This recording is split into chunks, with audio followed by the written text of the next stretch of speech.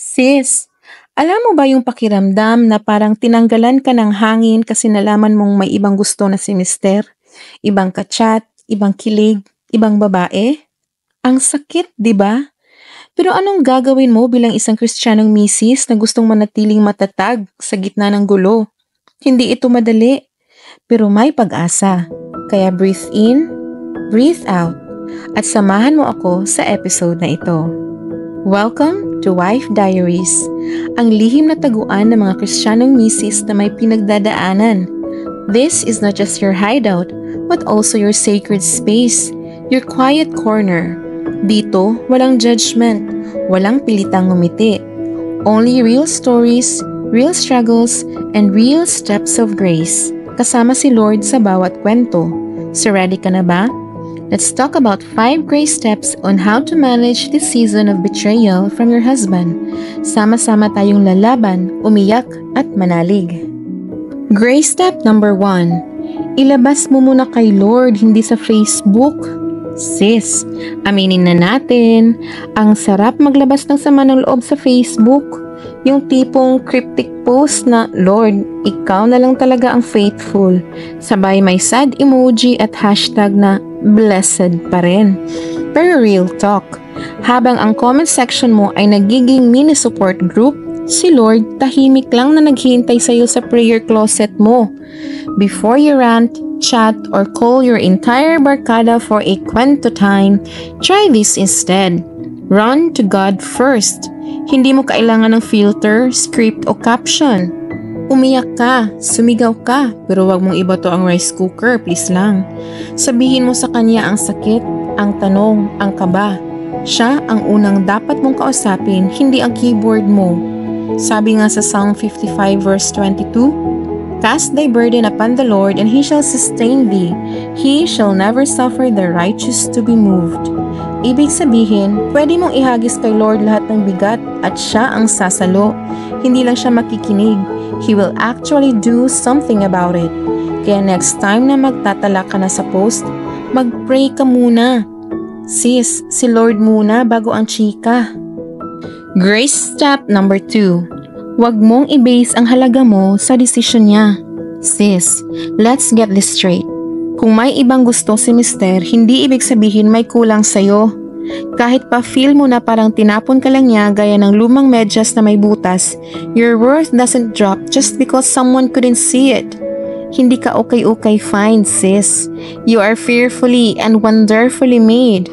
We sometimes fall into the trap of questioning ourselves, saan ako nagkulang, mas maganda ba siya, mas masarap ba siyang magluto ng sinigang. Well, kahit oo pa, hindi pa rin yung sukatan ng value mo. The truth is, kahit i-unfollow ka pa niya sa buhay niya, hindi ka unqualified sa pag-ibig ng Diyos. Hindi si Mr. ang may final say sa identity mo. Si Lord ang may last word. Sabi nga sa Luke 12 verses 6 to 7, Are not 5 sparrows sold for 2 farthings, and not one of them is forgotten before God? But even the very hairs of your head are all numbered. Fear not, therefore, ye are of more value than many sparrows. So chin up, sis, hindi ka pang second choice. Kay Lord, you are always worth it. Grace step number 3. Protect your heart without hardening it. Sis, minsan ang sakit parang gusto mong magtayo ng Great Wall of China sa puso mo para walang makapasok uli. Naiintindihan kita, pero warning lang, hindi lahat ng protection healthy. Ang ibang walls, hindi lahat nakakapigil sa sakit. Nakakapigil din sa healing. Yes, you should guard your heart. Hindi lahat ng salita ng mister mo kailangan mong lamunin. Hindi lahat ng galaw niya kailangan mong pagdiskitahan. Pero bantayan mo rin ang sarili mong puso sa pagiging mapait, mapanumbat, at mapanghusga. Instead of letting anger calcify your soul, let God soften it with His love. Hindi mo kayang lumaban sa sakit mag-isa, pero kaya mong ibigay kay Lord ang puso mong pagod na, sugatan na, pero willing pa ring magpagaling. Sabi sa Proverbs chapter 4 verse 23, Keep thy heart with all diligence, for out of it are the issues of life. Kung gusto mong ang lumabas sa iyo ay pagmamahal, pag-asa at kapayapaan, yan ang kailangan mong itanim sa puso mo ngayon. Bantayan mo, alagaan mo, pero huwag mong patigasin dahil sa puso mo manggagaling ang next move mo. At gusto natin, move of grace, hindi move of revenge. Grace step number 4. Seek godly counsel, not just comfort. Sis, natural lang na gusto mong may karamay. Pero ingat, hindi lahat ng karamay ay helpful. May mga taong comfort lang ang kayang ibigay. Yung mga tipong, tara, inom tayo. O kaya, mag-shopping ka na lang. Hindi mali maghanap ng kausap, pero piliin mo yung magdadala sa'yo palapit kay Lord.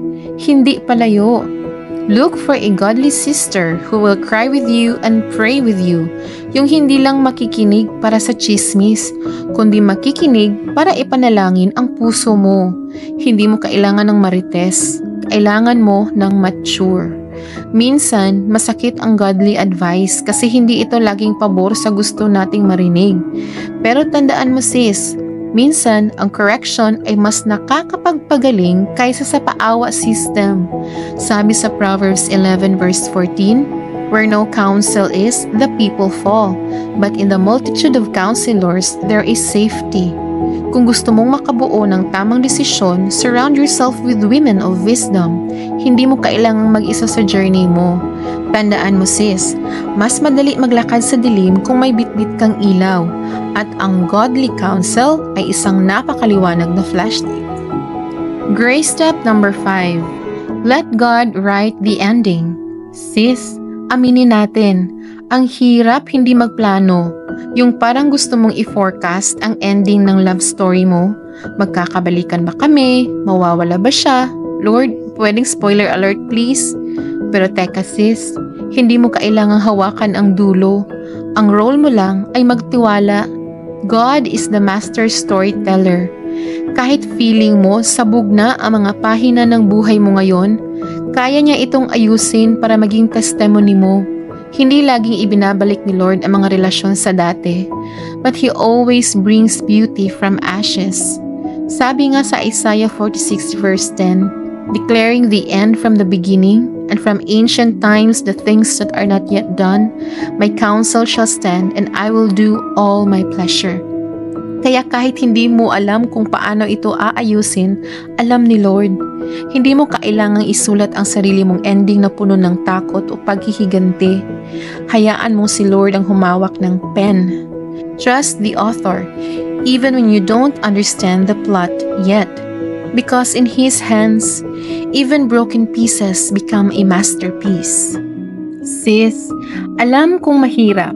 Sa totoo lang, halos imposibleng gawin ang lahat ng ito, lalo na kung durog na durog ang puso mo.